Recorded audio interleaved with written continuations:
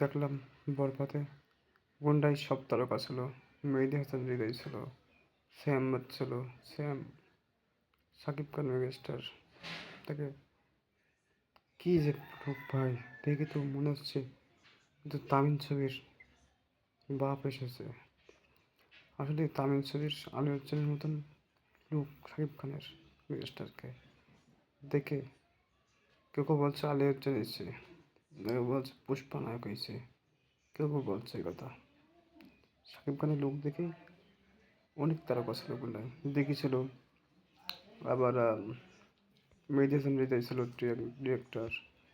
আবার আসছে কত ইউটিউবরা ছিল, ক্যামেরাম্যান ছিল, সবাই ছিল। তাকে ছবি তুলতে শাকিব খানকে মিনিস্টারকে।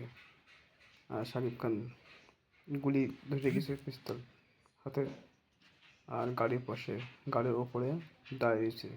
কি এটা লুক ভাই, ভয়ঙ্কর লুক, দেখে অবাক হয়ে যাচ্ছি এত লুক। বলছি এই ছবি নিম্বু ভাই 300 কোটি টাকায় করতে পারবে অলরেডি। এই যে লুক দেখলাম বড়, মানে মেহেদী হাসান হৃদয় বলছে সবের শেখার ছবি কি শাকিব খান, সব থেকে বরবাদ বড় ছবি আসছে একটা। এটা শাকিব খানও বলছে, মেগাস্টারও বলছে, বলছে এই সব থেকে বড় ছবি আসছে বরবাদ। তাহলে বোঝা যাচ্ছে এতে অ্যাকশন, কত অ্যাকশন থাকছে।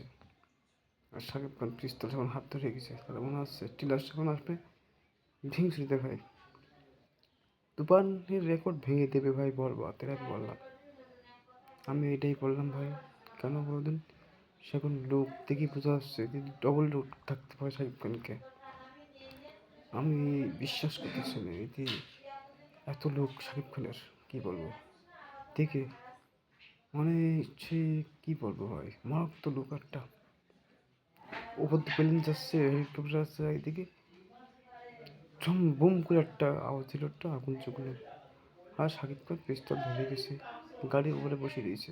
তার মনে হচ্ছে একটা তামিল ছবির টিলার দেখছি ভাই একটা। সে সত্যি বলছি, এটা মেগাস্টার শাকিব খান ছাড়া কেউ করতে পারবে না এই ছবিটা। ভয়ঙ্কর লোক ভাই, দেখে আমি অবাক চোখে, মানে ক্লান্ত হয়ে গেছে একদম। আর এই ছবিটা পুরো দেশ কাঁপাবে, এই ছবিটা বরবাদ আমি বললাম। এটা আশা করি মেগাস্টার শাকিব খানকে যদি ভালোবাসেন, কমেন্ট, শেয়ার অপশন দিবেন। এতে